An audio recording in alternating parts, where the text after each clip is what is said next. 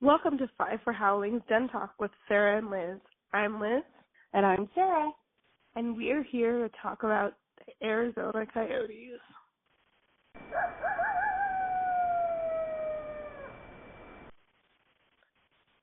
Okay, Welcome. to start off, before we start off, we would like to we know the quality of this sound is not the best.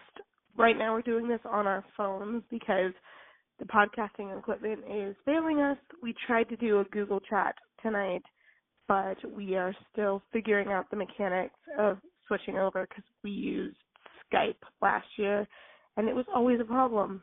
So that's about it. Unless you have some really cool recommendations for nice podcasting stuff, yes, we get that this quality is not as great as it should be. That's thing number one.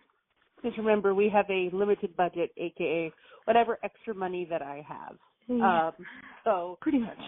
If you have any recommendations on how you do your podcasting, I know I have quite a few podcasters who listen. Please drop me an email, either at sarahhowling@gmail.com or at azdentalk.com. Oh my God. .com. And you yelled at me. I know my email address. sarahhowling@gmail.com or azdentalk@gmail.com. Send your what you use or your suggestions. We've just been struggling with audio and recording issues for years. I can Literally. say years because it's been 2. I know. Happy anniversary. I know. So if you guys have any suggestions, please reach out. We are kind of hitting wit's end at this point. Mm-hmm. So with that, we're going to actually go into the show. Yeah. So since the last time we talked, we didn't have a coach or a CEO. Now we have both. Yay. Yay. First up is Rick Tocchet, hired from the Pittsburgh Penguins, where he was an associate coach for 3 seasons. Has 2 Stanley Cup rings with the team as a coach and 1 as a player in 1991. Oh, baby Tocchet. He was also a Coyote from 97 to 2000, and was a coach when associate coach when Gretzky was here. So there's a lot of mixed feelings about Rick Tocchet. Yeah.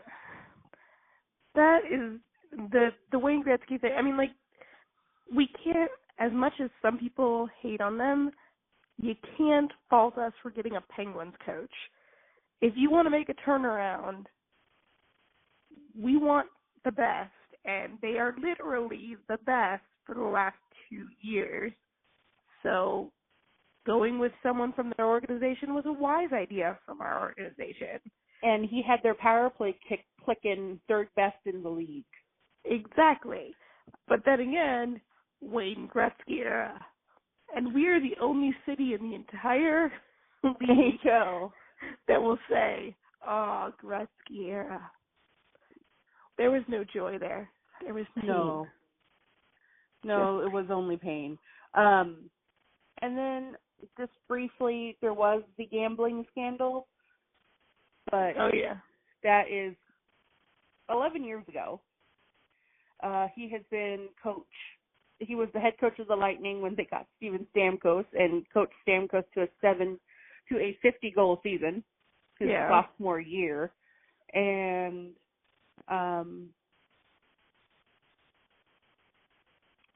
it's not going to be an issue. I don't think so. So I will bring that whole thing up when we talk about the press conference. Yeah. Oh, my God. So I like the hire. I really, really like the hiring of Rick Tocchet. He was the Phil Kessel whisperer in Pittsburgh, and we're hoping he can be the Anthony Duclair whisperer here. Yes. Something that I took Duclair's a baby. Yeah. something I took away from the press conference is how he was saying he has an open door policy, be it either problems, anxieties, or, calling at 9 o'clock at night because did you see this thing that San Jose did? And being like, no, but can we talk about it tomorrow? We all know who that person is. Yeah. We all know who that person is. I kind of coughed and went, Sidney Crosby, his press conference, because it was good. Yeah. I really like the hiring. I like what he's saying he wants to bring to the team. It's going to be a lot. It's going to be a change. And it's going to hurt. Yeah. And the thing is, I think we do have a question later on about it. Yeah. But there is one thing to be said that has to be said, that growth hurts, and that we cannot base Tocchet's first year on who he's going to be. Because this year, it's like that movie AI, Steven Spielberg. It started off being made by the guy who did Eyes Wide Open, and then he died while they were making it, and Steven Spielberg took over the film, and a lot of people gave Steven Spielberg this huge crap because it was like a horrible movie. It didn't have a great narrative. It didn't have a clean lines. And I'm like, but it wasn't a Kubrick. That was the name. It wasn't a Spielberg film. It was a Spielberg film. It was Spielberg and Kubrick. So in the same way as Tocchet's first year is not going to be a Tocchet year, it's going to be a Tippett Tocchet. So it's two rival coaches coming together. Tip talk. Yeah, that'll be this year. So we have to keep that in mind. Not saying anything negative about Tippett, but that's growing pains. Tippett will have one way of doing things. Tocchet, that's going to be so messed up for the rest of the year. I'm just calling him Talk. Just call him Talk. Tip has one way, Talk has one way. And so to expect anything from it to be completely clean is not realistic at all. Yeah, I agree. It's going to be this year is either going to be really exciting or really frustrating. They're not going to be the Leafs.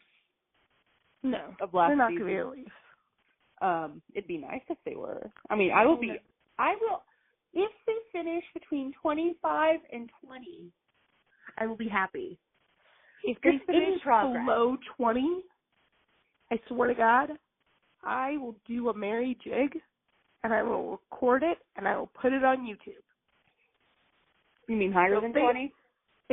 Higher, sorry. Lower than, if they're, in the top, if they're number 18 in the league at the end of the season, I will do a merry jig. And we'll film it and put it on YouTube. And we'll film it and put it on YouTube. And it's on record right now, so I can't back out. You might regret it. I will regret it, but I will enjoy regretting it. I think I'll get in more into it when we hit the questions, but I think it's going to be the right choice. Mm-hmm. And then they hired Steve Patterson to be the CEO, and that is a good thing. If you are not familiar with Arizona sports, he used to be the athletic director of ASU, and then he went to Texas and Portland, and everybody hated him there. But he is known for getting arenas done. That is the reason he is there. Mm-hmm. There's not a lot to say about it. He's going to get an arena done. He has all of the connections from when he was at ASU. So, well, and the good thing is that they really want to build with ASU so that ASU has a better stadium, because ASU is a high-ranking school for hockey. Well, their hockey team is not the best because it's only the second year of NCAA, full NCAA schedule this coming season. Yeah. But they do have players like Austin Lemieux. Yes, his dad is Mario, committed to ASU hockey this year. So that is a big step for ASU hockey. They are playing they're playing some pretty big teams. They're playing Boston University this year, I believe. Either BU or BC. I can't remember. One of the Boston colleges. Not Boston, you know what I mean. Yeah. One of the Boston schools. There we go. So this year is going to be interesting for ASU. And if they could get an actual rank for NCAA hockey, that would help them out immensely because, yes, Oceanside does pack when ASU plays. It's just, it's cold, it's tiny, and it's cramped. They need more space. So if they could do something like they were planning, that would be great. But we don't know until Patterson starts what he's doing. I do recommend watching the press conference. I'll link it below. I was lucky enough to be there with another writer from Five for Howling, Jack Harris. You should read his Welcome to the Real Coyotes 2.0. Link down below. Link also down below. It's actually a good thing. Because last year they said that this is going to be Coyotes 2.0. Now they're actually starting it. Yeah. With being at the press conference, Anthony Barroway really changed my mind. Because if Patterson had not been hired, I'd be a little more skeptical about the future of the Coyotes in Arizona. But I'm cautiously optimistic. That's a good term. Yeah. I'll admit that I'm cautiously optimistic, but I don't know, like every time I mention that I do podcasts about it, I feel like I have to defend it, and that is getting onto the like part of me where I'm just like, oh God. You know, like, I don't know, it gets under my skin, and, like, I let myself be like, well, what if they take it away? What if they take the Coyotes away from us? Oh, that's okay. We could still do it from wherever if that ever happened. No, it's just, they're my boys. I mean, like, even though they've kind of gutted the team of a lot of players who I love, and we're not going to get into it because I said it all last week, but, you know, even though we gutted them, they're still my boys. So I want my team healed. I wrote a piece on the site, Where Are They Now, about the players from the 2012 Western Conference run. Only two people who were on the roster are Coyotes, and only one of them was a starter, and that is OEL. So I will link that series below. Yeah, it's kind of interesting. The players who went overseas, like to the KHL, the NLA, all that, kind of interesting. But yeah, I'll link that below. But about the press conference, there was a reporter from the Arizona Republic who was not Sarah McClellan, who kind of put his foot in his mouth during the press conference, asking about the gambling, asking if they were going to relocate to Tucson. I was there. Why would they relocate to Tucson? This guy, it was very the piece he wrote about the arena was super clickbaity. Just another media person in Arizona who doesn't like the Coyotes. I'm not going to say his name. If you want to look for it, go ahead. But it made the room very, very awkward. Like, we all just kind of sat around looking at each other, and the media guys did not look amused.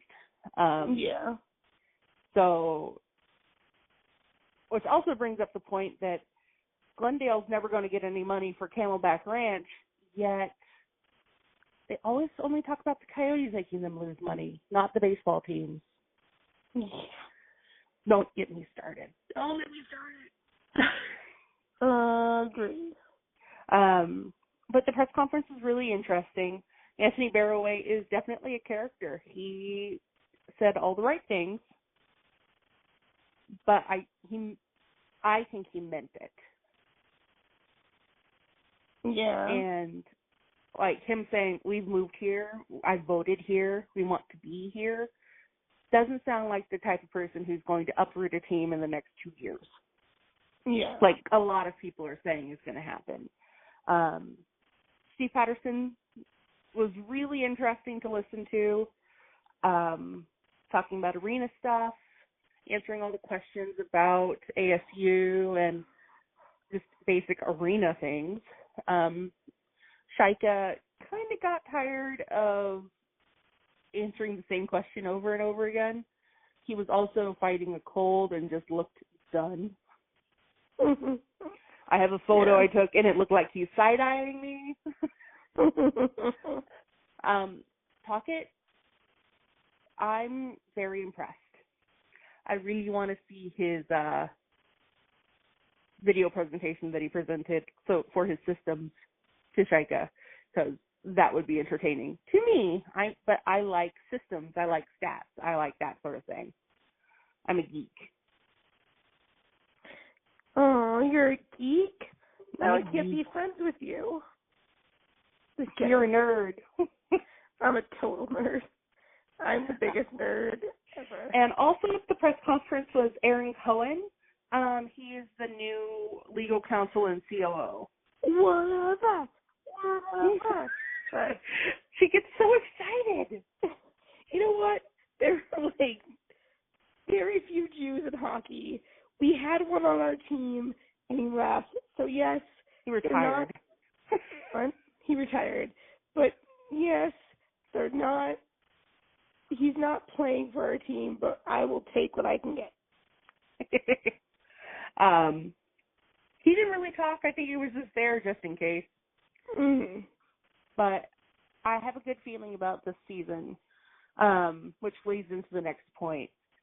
I really think if they finish with between 25 and 20, I'll be so happy. Yeah, I think I agree with you wholeheartedly on that. Because you're putting in complete new systems. Yeah. You're going to have a lot of, which I'll bring this up in a few minutes, we're going to have a lot of kids under the age of 25. Yeah. So I'm cautiously optimistic. I kind of want to say maybe they'll like not be in the bottom part of the Pacific. I'm just hoping maybe they'll finish fourth instead of sixth. I don't think Vegas is going to win any games, but that's neither here nor there. Yeah, my big hope is that we're better than Vegas. Better than Vegas. And Colorado. But I mean, Colorado's like doing some weird shit. Like they haven't done anything. I know. I'm like, you were literally the last in the league by far. You're gonna want to just like, I don't know, try something. Can you like move an inch? But either way, and they keep trying to trade Matt Duchene, their number one center. Yeah, but it's time for Joe Sakic to go, maybe. Yeah, but I'm just saying. Let him go. Let him go. Let it take Elsa's advice. Let it go. But I definitely feel more comfortable this season, as much as it pains and kills and hurts and stabs me in the chest. I feel, now that I've been given time, more confident with Shane not being the captain and with getting a new fresh start. I still disagree with the Connor Murphy trade, which I think is a question later on in this thing.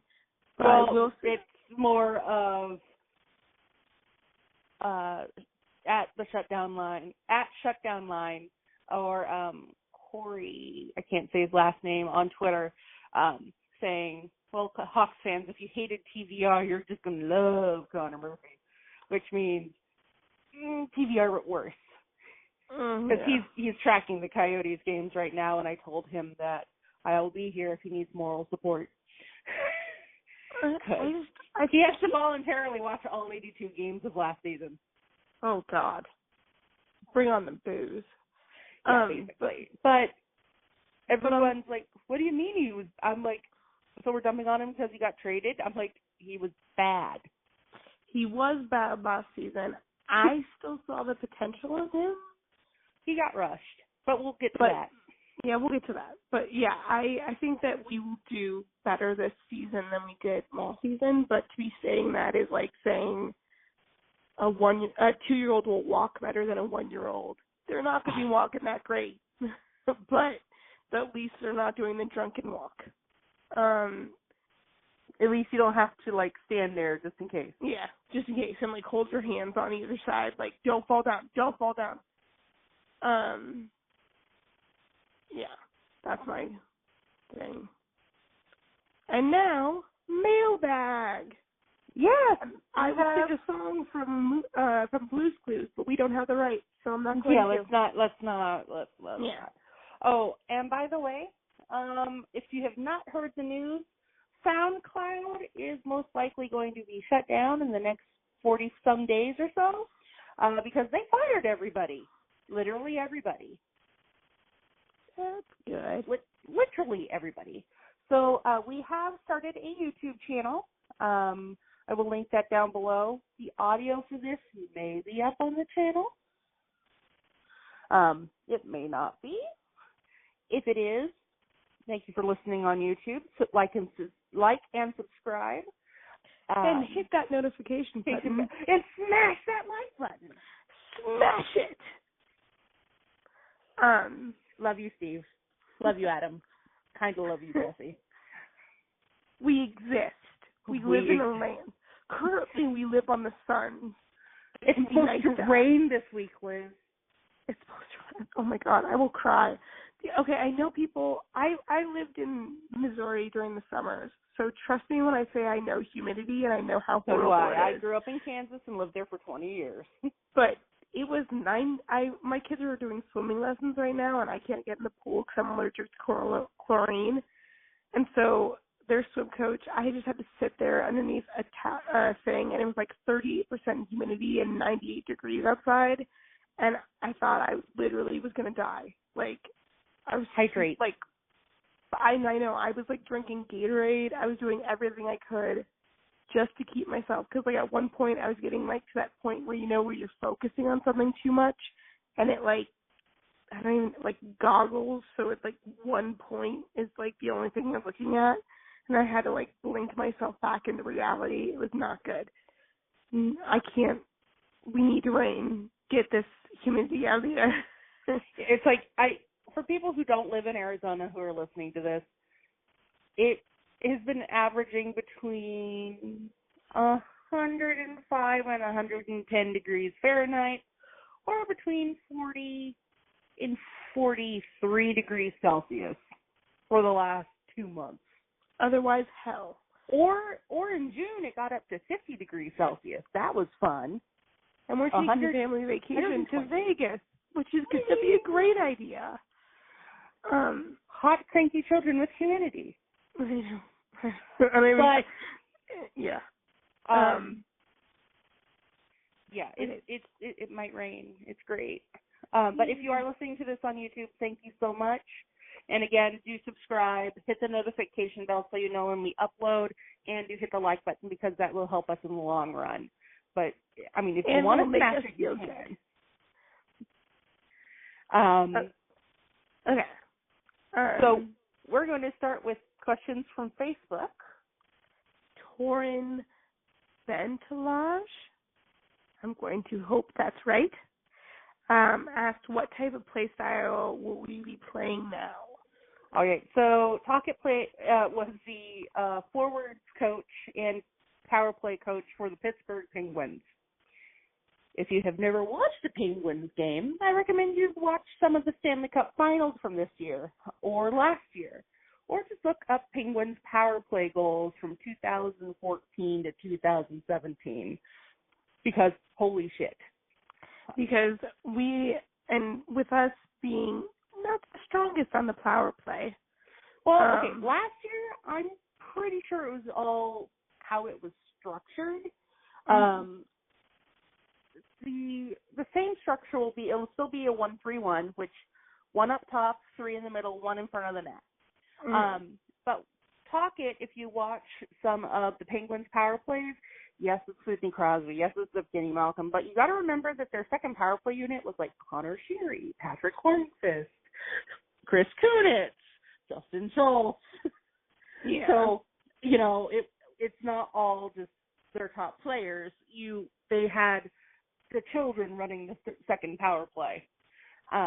It's all about fast passes and just passing the puck and getting it to the net. You will remember last year's Coyotes power play where no one passed the puck, or there were just back and forth on the same side of the net and nothing happening. I can see better puck movement coming out of a Tocchet power play. And like I said before, I'm hoping he will be an Anthony Duclair whisperer, because, my God, please get that boy back on track. But it's going to be fast-paced. He wants to not take the sticks out of their hands. He doesn't like the dump-and-chase style play, which is what Tippett did for years here. He wants the defenseman to get up into the rush. You know how Oliver likes to play. He likes to play going into the rush, but he would always get screwed because someone would dump the puck. It's not going to be you dump the puck and go get it back and take it back into your zone. Into the offensive zone. It's going to be a lot of we're going to go to the net and you're going to like it.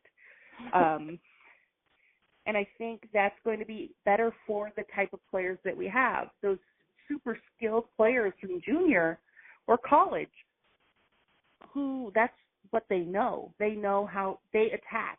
It's going to take some time to break the Tippett habits. But I think this style of play, how the NHL is going, it's going to be better in the long run.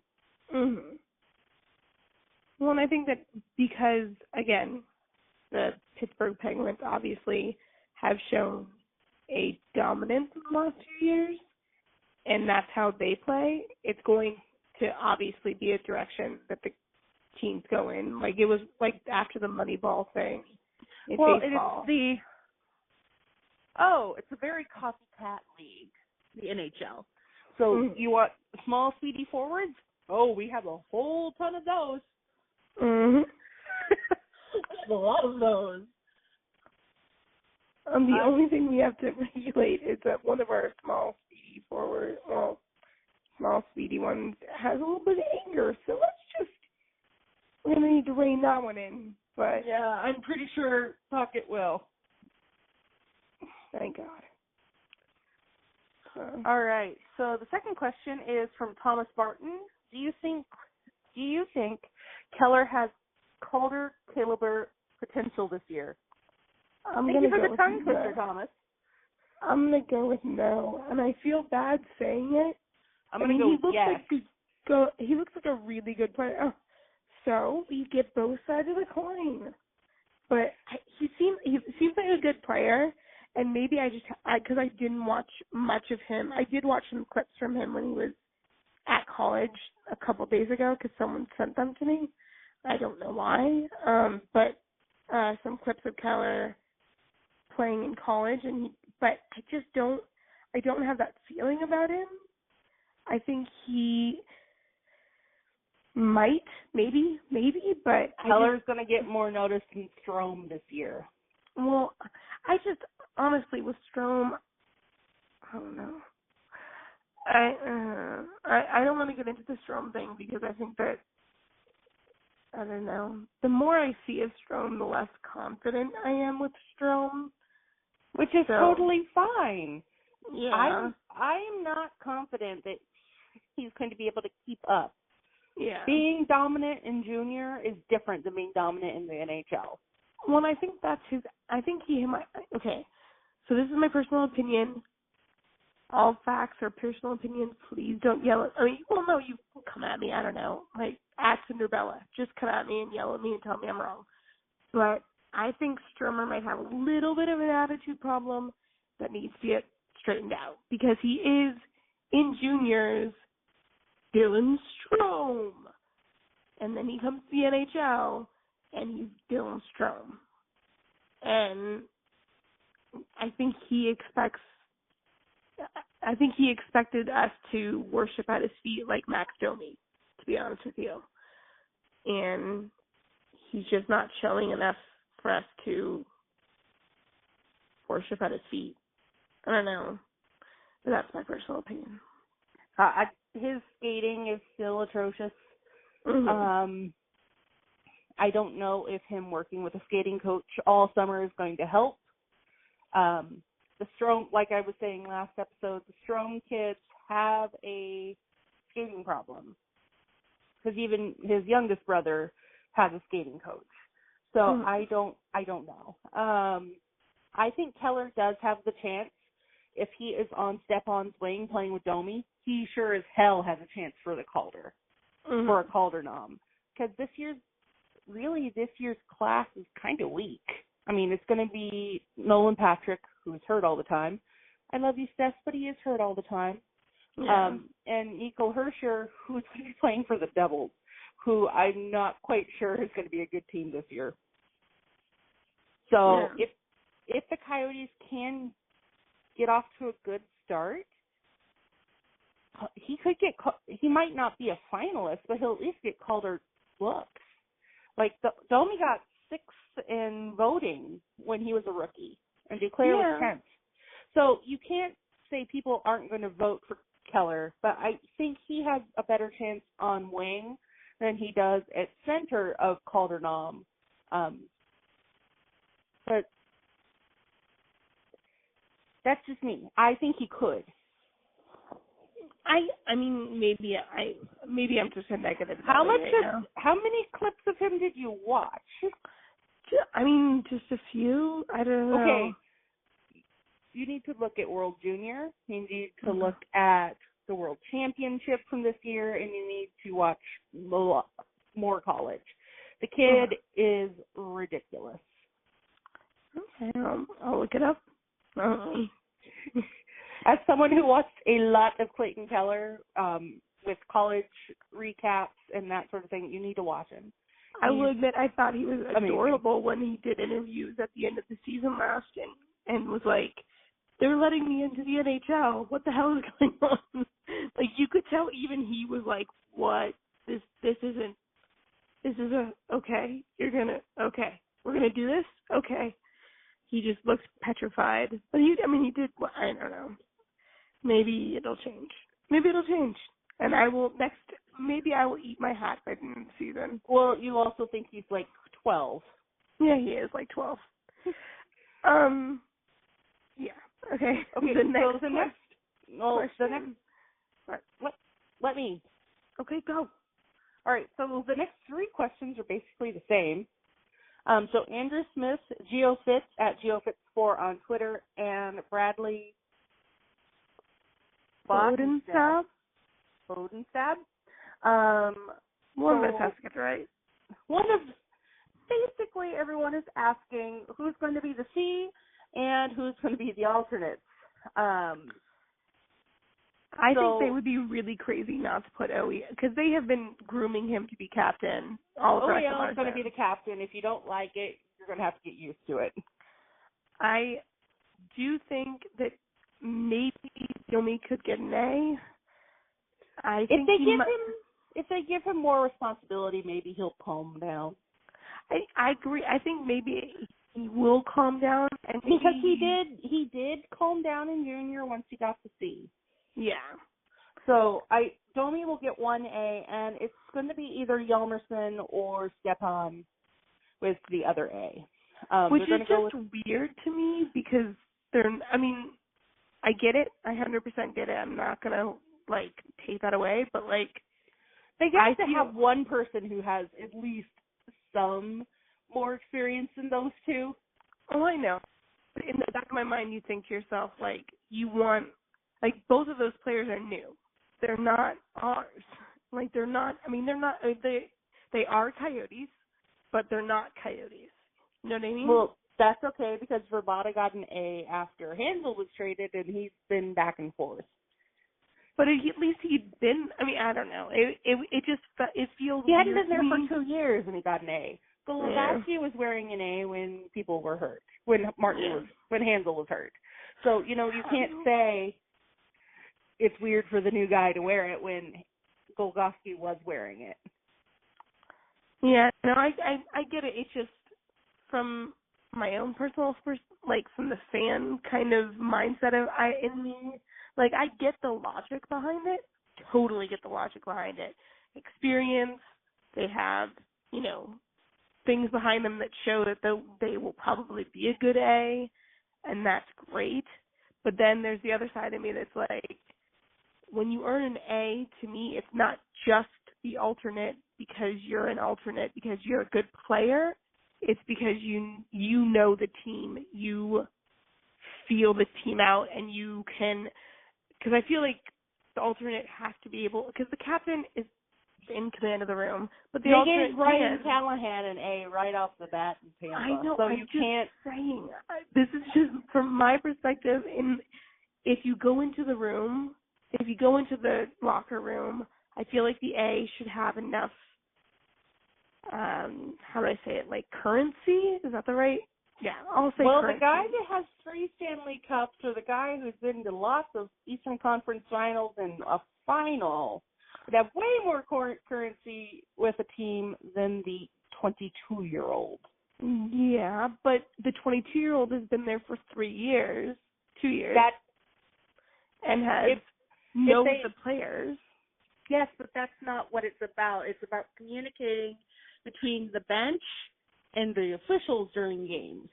I know, but then helping others during practice with the people who have been there, who have been through the frustration, who have been through bad teams. Yeah, they're going to be more helpful to the young players on the team than a frustrated 23-year-old who didn't get a lot of ice time last year. Yeah, that's all I'm saying. No, I get it.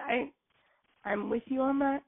I'm just saying that when I think of an alternate, I think of I think of the ice, but I also think of the locker room. So maybe they're going to listen to the person who's been there over the angry younger players. I get it. I'm just saying, just throwing that out there. That was my thought process. Speaking of impacts in the different arenas of sports, Adam Bonilla asked what kind of positive impact Antti Raanta will have on Louis Domingue's game. He's going to make him step up. Yeah, he definitely. Because Ranta's coming in there to be the number 1 starter. Mm-hmm. And Domingue was bad last year, guys. Yeah, he was.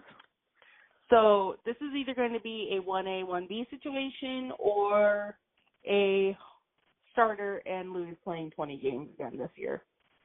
Because Raanta was stuck behind Henrik Lundqvist and Corey Crawford when he's with Chicago. Yeah. So this is Ronta's time to say, I am a starter. He's 28. Mm-hmm. This is where he needs to take over a net, or he's never going to. Yeah. Louis fell apart last year. Yeah, exactly. And I was going to defend it. I have my opinions, but I agree with you wholeheartedly in that he did fall apart, and we do need a positive. I think Anthony Ranta could be a really good in front of the net all full time, but I think it will make Louis Domingue either step up his game or, I don't know, fade. And that crushes me, but because I love Louis Domingue and I love his whole little family, and his Instagram feed is the greatest thing that's ever happened. But we had what happened with Louis for us as a team was we had that sucky moment of Mike Smith with the thing. I don't want to describe it because it makes me nauseous. And Louis coming in on a big steed and saving the day and being our white knight and, saving us from Anders Lindback. So, yeah, saving us from Lindback and having, a weirdly good run. And so that's because he was the starter when Mike went down. Yeah, and because Lindback let up 5 goals in a period because he's Anders Lindback. Louis, but he crumbled last year when he got thrown into the second game of the season against the Senators because Mike got hurt. He hurt his knee. And so, he should have shined there, but he didn't. And, Justin Peters was the better goalie, and come on, guys. In the Coyotes pipeline, they do have 5. They have 5 goalies. They have 5 goalies. You have Aiden Hill, who is most likely the next goalie up. And then you have Merrick Langheimer, who's pretty good. You have Hunter Miska, who's very good. He drugged University of Minnesota Duluth to the Frozen Four final. I mean, they beat the shit out of Boston University to get there. That's why we got Clayton Keller when we did. Yeah, we did. So, Miska's very good. And then you have Harvard goalie Merrick Madsen, who's also very good. So there's a nice pipeline of goalies. For once, the Coyotes have a good pipeline of goalies. Yeah. And then there's Eric Kalfgren, who's still in Sweden and who could end up with a contract. Yeah. So if anything positive is going to come out of it, it's going to make Louis try harder. Try to be a 1A, 1B situation instead of a starter and a backup. And I think that would be ideal for Louis. But after last year's kind of collapse halfway through when he was just not winning games like he used to, I just don't know. I think he should be the backup. Yeah. Well, and maybe him being the backup for a while will give him the kick in the ass that he needs. Hopefully. Yeah. That's I think it's going to be one of two ways. I think it's either going to be the kick in the ass he needs, whether he's the backup or the 1A, 1B, or he's going to fade. I don't want him to fade. I want him to succeed because I think he has potential. But again, he's also 24 and 23. 24. He's 24. He's young. He had a lot of pressure put on him when he was very young. And, yeah, so we'll see. I think that Anthony Ranta will do nothing but positive things for the team, which will help Louis. Mm-hmm. Because if we have a better team, then it's easier for Louis to succeed.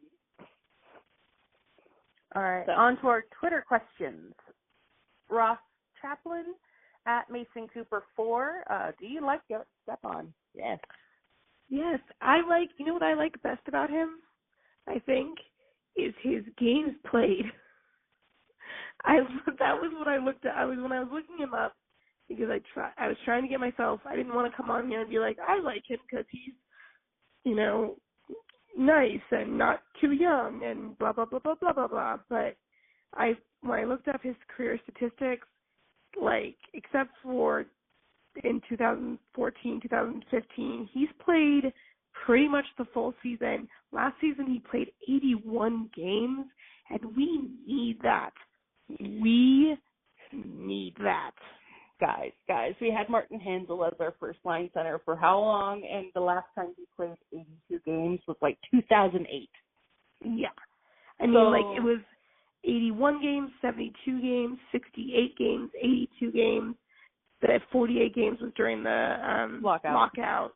82. He's a consistent player. Yeah, and that is something we need so desperately, it physically hurts. Yeah, and his number of playoff games played, too, is kind of amazing. Yeah. So do I like him because he was a Ranger? Not particularly. Not a huge fan of the Rangers. But I am excited to see I will forgive him of the heartbreak of Game 7 4 seasons ago when they knocked the Penguins out of the playoffs.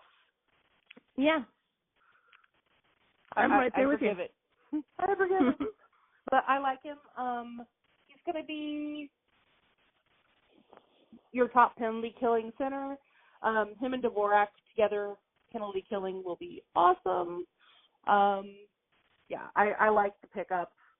I think it's going to be good for the kids down the center because he'll be able to help the younger players with things if they want to be more defensive. And I think it's a good pickup. And with bringing up Tocchet, with what Tocchet brings to the game, it's going to be kind of interesting to see how he gets Stepan to maybe think differently, because then y'all had him as a defensive center, but he was still his first line center. Mm-hmm. But also Stepan was playing with Matt Zuccarello. So a small speedy winger. We have multitudes of those. So I think we'll be okay with Derek Stepan. I really like the pickup. I know there's a lot of Rangers fans who are like, well, and I'm going, enjoy Anthony DeAngelo. And they're going, what do you mean? And I'm like, yeah, we're not going to talk about that. Yeah. Isn't it fun? It's so fun. It's so nice to not have him. I'm sorry. It's so nice. It's a relief. It's a relief not to have to talk about him in the future podcasts. Beautiful. Feels so good in my soul. Okay, and then we have Coyotes fan Germany at ST_B83. Is it possible Hickey is playing for the Yotes this upcoming season, or is he going to BU? I think he's going to BU. Yeah, he's committed to BU for this season, which is good. I didn't read that next line. Sorry. Did you not? Sorry. I didn't read it. So I was like, oh, yeah. Because I just thought, I'm like, no, he's going to BU. And then I was, oh, yeah, you answered that. I'm an idiot. Yeah, he's going to BU. I think it's going to be good for him to go one more year. He is a big boy. It would be better if he was a right-handed defenseman. Mm-hmm. But maybe he can play right side in the NHL. But I liked his game at prospect camp, and that was him just there for 2 days because he couldn't get there until the second day of camp, because with the college guys, they have to pay their own way to get to the development camps. They're not paid for by the team because they can't take any money because of the NCAA. Yeah, so the goal, Miska and Madsen were rooming together. because, well, Madsen had to pay his own way. Yeah. And so it sucks for the college players, but it's nice that they at least get the option to go. Mm-hmm.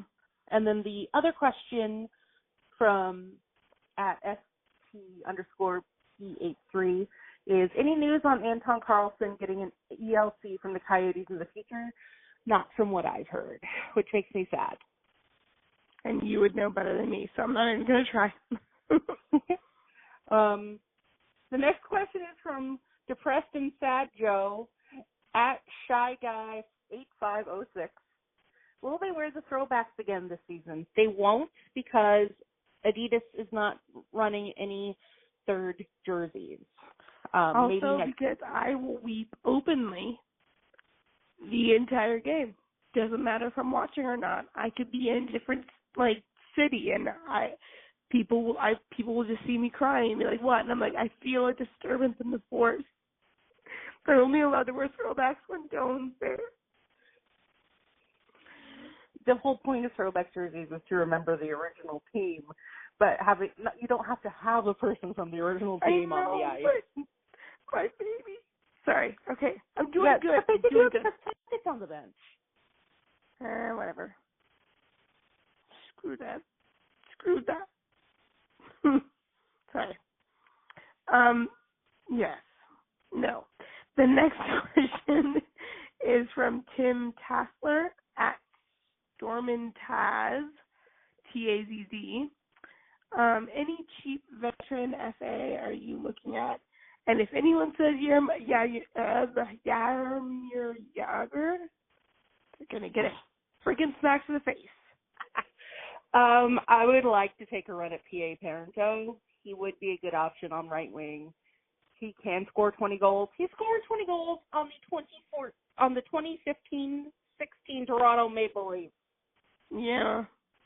I wouldn't mind Parento. I think he would be a good addition. I think he kind of has just enough experience underneath his belt that he could come in and be good, but I don't think he has baggage, so that's good. PA Parento for $1 million again would be great. But really, there's not a lot of free agents left that are viable for what the Coyotes are looking to do. If anything, if they're going to get a top line right wing, it's going to be through a trade, and it's not going to be Phil Kessel. Everybody stop. Yeah. You know what's really depressing to me? P.A. Parento is veteran presence, and he is less than a year older than me. But you're still in your 30s. I know. I had that moment, and then it came back. So, yeah. I think that he could be a good addition. I don't really feel like there's any veteran presence, and I think that the whole point of the restructuring is they're going young. I mean, they want to have at least a few veteran type players, but they already really kind of have that with Stepan, who's a little bit younger than me, and Yalmerson. And Yalmerson, yes, that Yalmerson. Who did you say? Devo? How old is Devo? He's 21. Why in my head is he older? I don't know. Either way. Christian Dvorak is 21 years old. He turned 21 one of the nights he played Chicago. Nice. He's a baby. Last year was his rookie year. What? It feels like he was only drafted 3 years ago. My brain only works half the time either way, so whatever. Okay, the next question is from William Barstow at TBA_B. How do we feel about Rick Tocchet as head coach? We talked about it a little bit earlier, but I really, really, really like the pickup. He really impressed me during the press conference. Again, I'll link that below. I just have a good feeling about him. I know a lot of Coyotes fans don't, but I did a poll on the Fight for Howling Twitter, and everyone is cautiously optimistic, which is what the best we can the best we can hope for. Optimism has been in short supply when it comes to Coyotes lately. Mhm. Do you have anything else to add? I think that he's interesting, but I don't know. I honestly, the amount that I know about him is enough to fill a cup. So maybe I will trust you in this. I feel confident that he was with the Penguins. I feel confident that he has a similar playing style. It has a similar of playing style to OEL. He's going to be the captain, so that's nice. That's good.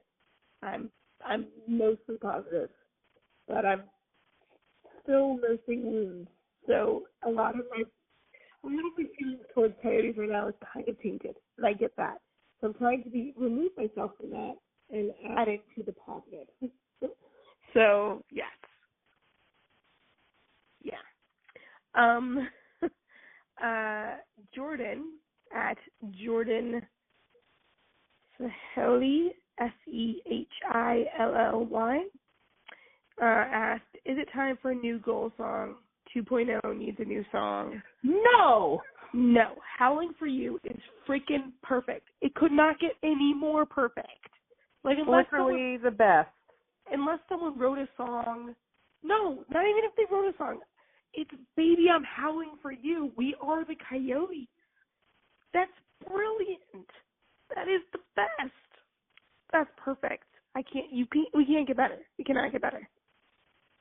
Callum Kemlow, at Callum Kemlow, what player is most likely poised for a breakout season? I say it's going to be Christian Fischer or Brendan Perlini. I am hoping it's Perlini because I think he has that spark in him. He was starting to get there at the end of last season. Yeah, exactly. You could see flashes of greatness with him. But I would also say, I think if Duclair could just get back on track. Yeah, he needs to have a breakout season, because from what Sarah McClellan and Craig Morgan are both reporting, they're looking to either do a 1-year or 2-year deal with Duclair, which is typical after a horrible season that he had last year. This is going to be a show-me contract. And with a new coach, maybe he'll put him back, maybe Tocchet will put him back with Domi, and they'll be fine. But he needs to break out, or we could not see Duclair anymore. Yeah. And so that's why I think Perlini is the most rational on my list, but on the hopeful list, I really hope that Duclair can do it. I think he can. I think he is poised to it. He just needs that slight correction. Yeah. And he should be fine. Like I said, I hope that Tocchet turns into the Anthony Duclair whisperer like he did Phil Kessel. Yeah. Always at _everbright_, who I love. Hi. I love you very much. Asked, on a scale of 1 to 10, how happy are you that Domi saved that monstrosity off his face? And my answer is, I don't think there's a proper number. I don't think 1 to 10 is nice. I think it should be 10,654. That thing was so horrid. It was so ungroomed. I'm not a beer person in general, but that was an Amish person mixed with a Chabad Jew, mixed with Joe Thornton. Yeah, Joe Thornton, Brent Burns, and Duck Dynasty, and I did not like it. I'm very glad he shaved. I thought that would have been over after Mike Smith got traded, but I do like the fact that he did it for charity, for research, for money for type 1 diabetes. That was really cool. And what really warmed my heart the most, I think, was the players doing it. The players pledging for him. Mm-hmm. Part of it probably was oh, God, I don't want to see that face. But, Duclair posted 500. There was a lot of players who were posting just constantly. And that made me happy. That made me feel like I like the idea of our team being a family and being a home. So that they knew to go to that made me feel good. Mhm. That was, yeah, but I'm so glad it's off his face. He looks like a normal human again. He looks like a baby, and like, cause his scruff is good. Yeah, his scruff is kind of adorable. But no, Max, not the full fucking lizard. Like it was so gross. It was so gross. I have like my dad had a beard, and I don't know why, but it has given me a weird phobia of beards. Like I just can't take it. Like just anyways. Okay. Sorry. So you know my childhood. Bardev Vlad. He is a member of Raw Chart. He wants to know, what can you tell us about John Chayka? He seems like an unknown quantity everywhere. John Chayka is now 28 years old, still the youngest GM in the league. Not yet, soon. He'll be married. No, he's August. August, okay. He's marrying a lovely, lovely lady. Shout out to Catherine. But he played junior hockey, and then he had a very bad back injury, and he couldn't play anymore. So he went to school for business and learned statistics and started a company with his brother-in-law, I want to say. Future brother-in-law? No, actual brother-in-law. Oh, so someone married to him, someone in his family. Never mind, continue. Actual brother-in-law. And they started Staff League. And they worked with individual NHL players and teams. And then he got hired as an assistant GM when Don Maloney was in his last season, and there you go. He's very intelligent. He knows what he's doing. The whole he's too young to know what to do with older GMs. It's a bunch of BS. He got Stan Bowman to give up Nick Hjalmarsson. Joe Quenneville's favorite player, because it is still because Quenneville still plays that old style of hockey. Yeah. I really like that trade. I like the trade for Stepan Ranta. Seems like a little bit of a fleecing to New York. I like the Freeze signing in Adam Clendenning. I know a lot of Rangers fans are like, wow, he's bad. And a lot of people are going, have you looked at his underlying numbers? Vigneault didn't play him. So that's why you think he's bad, because he's playing third line minutes and not very many of them. Third pair minutes, not very many of them.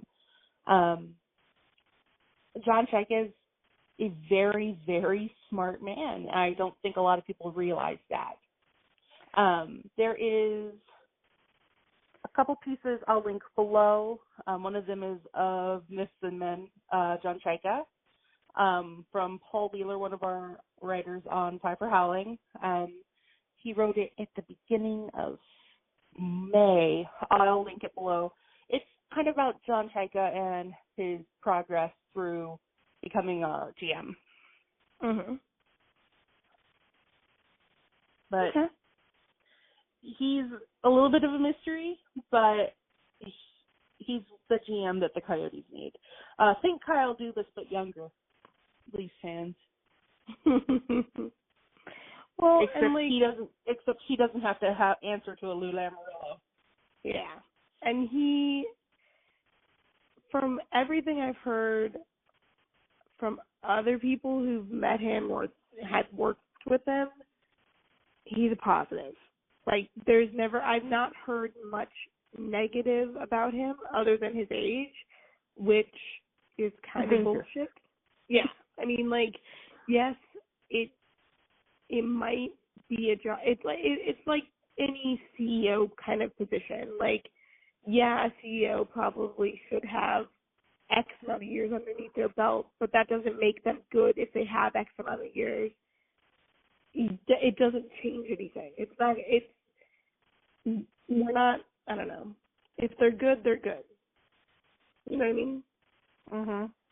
So we should just let it happen and see where it goes.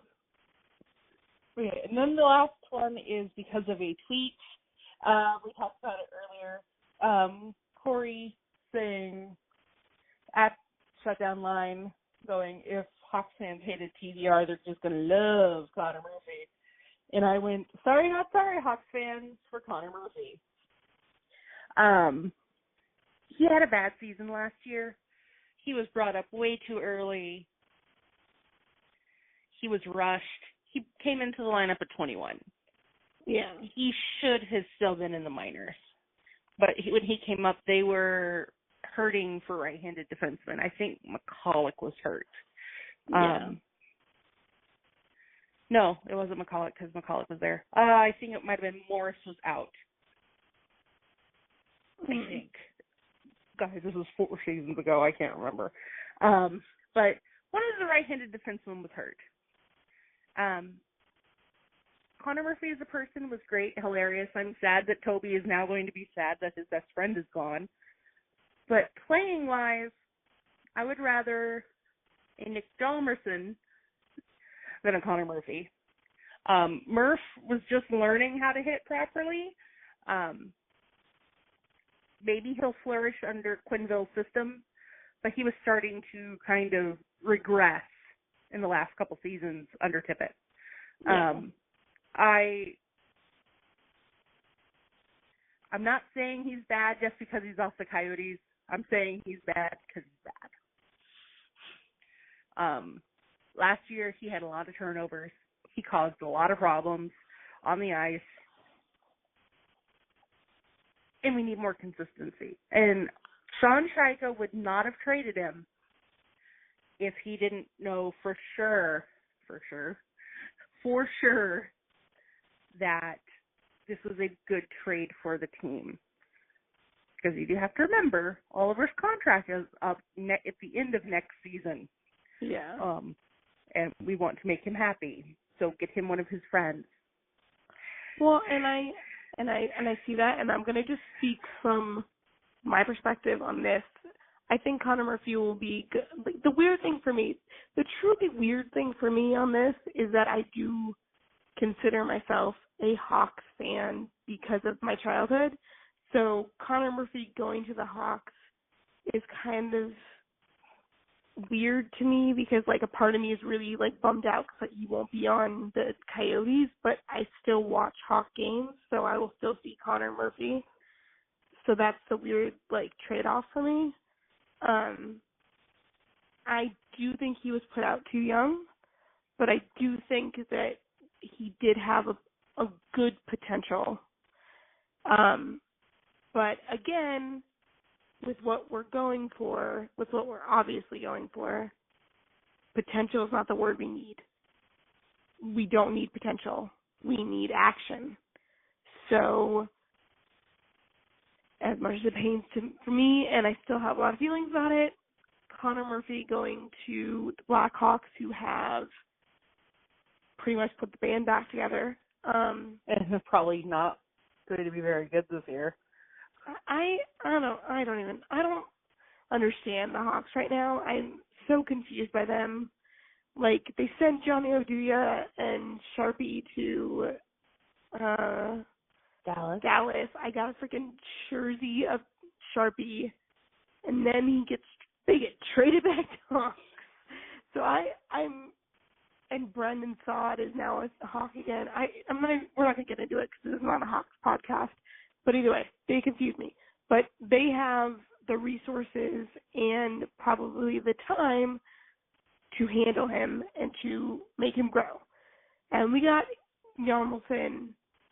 He's a good player. He's a strong player. He's an established player. And what we need now is to prove ourselves now. So even though Connor Murphy had a lot of potential and I love him with all my heart, he's probably better as Hawk than he was as a Coyote, and I accept that. That was my healthy adult response. I did not cry. But I think this is going to be a good trade for both teams. Yeah. But you have to remember that they traded Connor Murphy. They didn't trade Jacob Chikrin. Yeah. So kind of put into perspective. That's the word.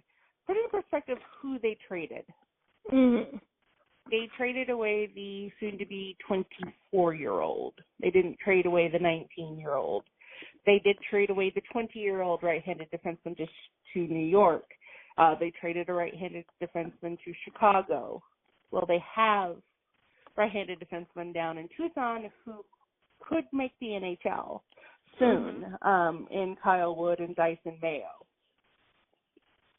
So keep that in mind, kids. Yeah, definitely. So I'm not hating on Connor Murphy just to hate on Connor Murphy. I'm hating on Connor Murphy because he was bad. He definitely had a low year. Well, when Oliver Ekman-Larsson still is in the top of the games above replacement numbers, and he had last year's season, he was up around Sidney Crosby numbers, you know that he is a amazing player, and I would definitely take him playing with Hjalmarsson, who he played with at World Cup, who he played with at the Olympics, and they are an amazing pair together over the rotating, trying to find Oliver a partner in Schenn. And I love Luke Schenn, but he's not a top line. He's not a top pair defenseman. Agreed. Also, I want to put it out there, if you're not following Oliver on Instagram or whatever systems, you should. It's much more encouraging because I know a lot of people, including myself, when they started saying Oliver was going to be the next captain, were like, he's not ready, he's still in a really bad place, and he might, his mother passed away. That's a huge, epic thing, and that's something that takes years to come back from. But in the long run, he's looking happier, healthier, and more encouraged. Tormenting his brother, which is always fun.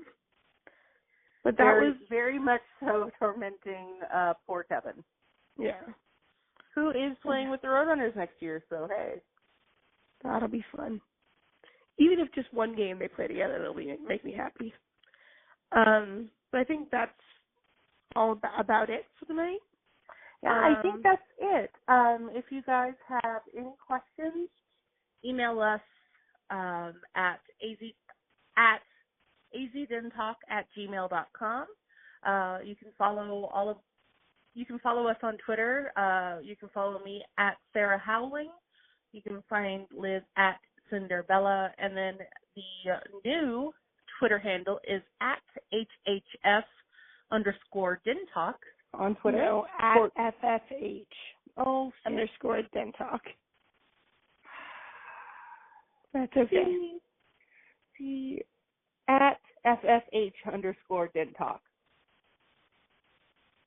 And yeah, follow us, comment at us. Don't put 3 L's in the Cinderbella. It's just Cinder, Bella, because there's a girl out there who I get her tweets quite constantly, and I think she's like 22, and it's really hilarious because her friends are like, "Remember last night? I bet you don't," and I'm like, I don't know what you're talking about. So, yeah, have a good week. Have a good week, and we'll talk to you next time. Bye.